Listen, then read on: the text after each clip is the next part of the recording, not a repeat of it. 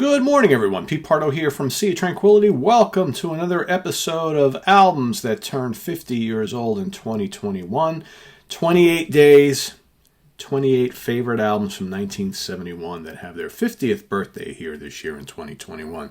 So today, I've got a really special one here for you. I'm sure one that has come up already for a number of you who have been commenting on our previous 5 days, wondering, Pete, when are you going to get to that magical album released August 14th, 1971 on Decca Records, produced by the band themselves and Mr. Glyn Johns. We're talking about, a little album called Who's Next, right? All right, let's, there you have it.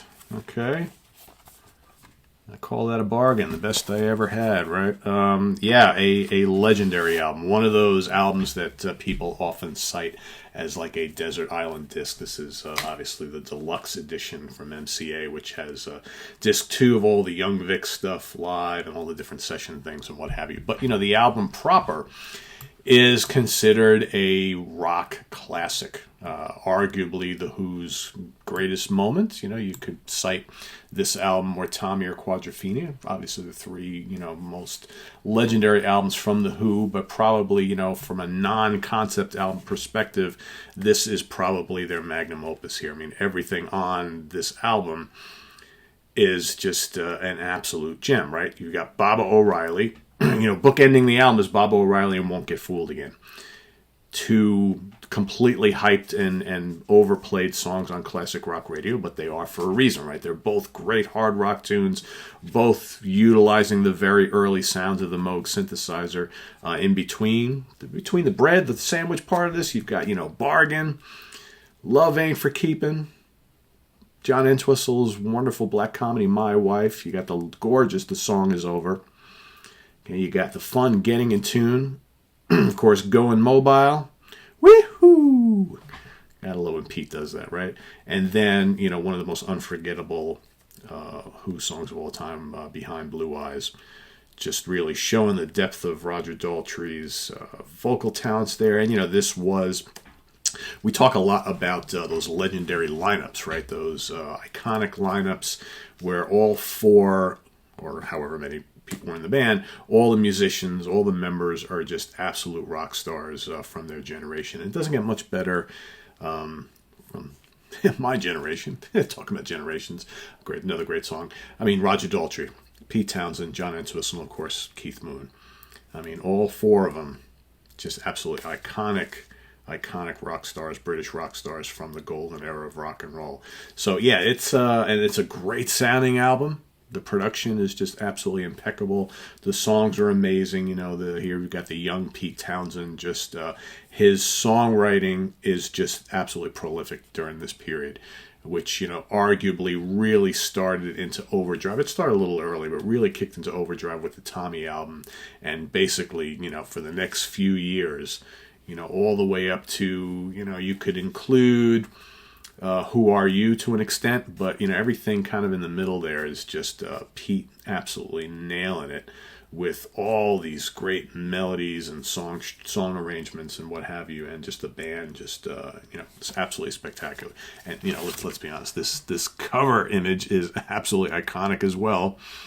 All right, the guy's taking a little leak on this strange little structure that's sitting out there in the middle of nowhere. But this is a classic album. This is a 70. You look at some of the greatest albums of the 70s, right? This is up there. It's definitely up there. So that is my pick for day number 6. All right, so honorable mentions. So, of course, these honorable mentions come from the larger pool of albums that I kind of picked out as favorites. I can only do 28, one for each day, 28 days in the month of February. But I had another long list of albums from 1971 that are also turning 50 this year that I really like a lot as well.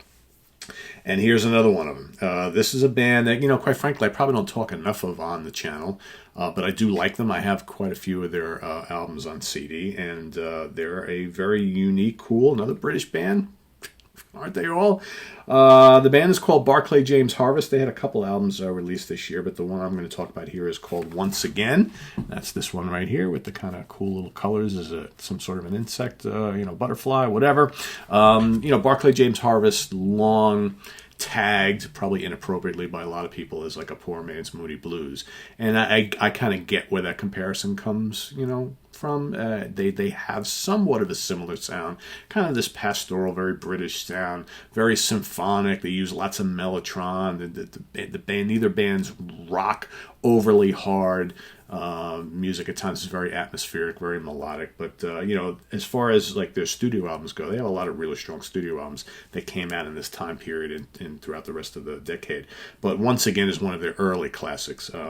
You got She Said on here, Happy Old World, Song for Dying, the amazing Galadriel, the even more amazing Mockingbird. You got Vanessa Simmons, Ball and Chain, and Lady Loves. Like I said, a lot of orchestral type music on Barclay James Harvest's repertoire. Electric and acoustic guitars, lush vocals. Really, they're one of those bands that you listen to and you're like, it's really nice music. And I think as much as I dig some of their studio albums, it's like I think they have a couple live albums that they put out over the years that are even arguably better. Their early live album, Barclay James Harvest Live, is just absolutely incredible. It has so much mellotron on it. It's like if you're looking for an album that's got that's start to finish just loaded with mellotron, if you dig that wonderful little tape machine keyboard right from the glory days, which is still being used today, go check out that early Barclay James Harvest live album. They call it the Black Album. It's got the black cover and everything. That's just absolutely wonderful, and a bunch of these songs are on there. But yeah, once again, is a terrific album. So that is on my honorable mention list for today. You know the drill, guys. So in the comments below, list your day pick along with an honorable mention in the comments.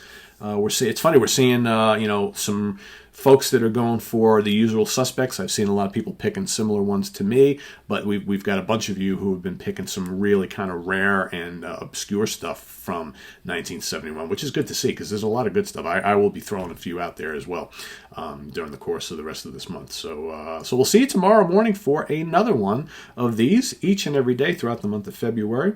Also tomorrow morning, we've got a Sunday morning brunch with Pardo and Catino. Rich Catino is back on the show. We're going to give you our top 10 songs of Armored Saint, so that's happening tomorrow morning. I'm not sure if Lynn Versace is joining me just yet to do our Mellow Songs by Heavy Bands show. She is just kind of getting over being sick, so hopefully she is feeling better. I'm pretty sure she's going to be on the Hudson Valley Squares on Monday night, so I think she's recuperating nicely. So I will be in touch with Lynn to see when we can squeeze that show in, so that'll be coming up soon as well. We've got a really cool interview for you that was supposed to be last week, but it's coming up this week, so that is happening on Tuesday evening, so stay tuned for that. I'll be kind of announcing that one on Monday night's live Hudson Valley Square show, so that the show is live on Monday night.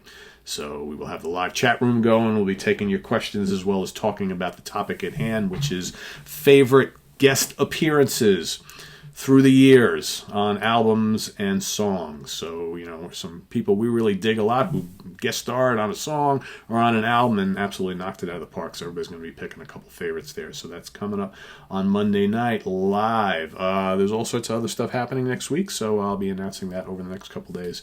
So stay tuned for all that and more. Visit us on the web at www.seatranquility.org. We're on Facebook, we're on Twitter, of course, we're here on YouTube all the damn time. If you like what you see, please consider donating via the Ko-Fi link below. We also got the link to our merch page. We've got a brand new Monsters Den t-shirt, so hope to have one of them to show you in the coming week or two. But it is available on the store right now, so if you dig our Monsters Den show, hop on over there and check that out and consider purchasing one of those. They're pretty cool looking. So we'll see you all later on, all right? Take care, have a good one. Bye-bye.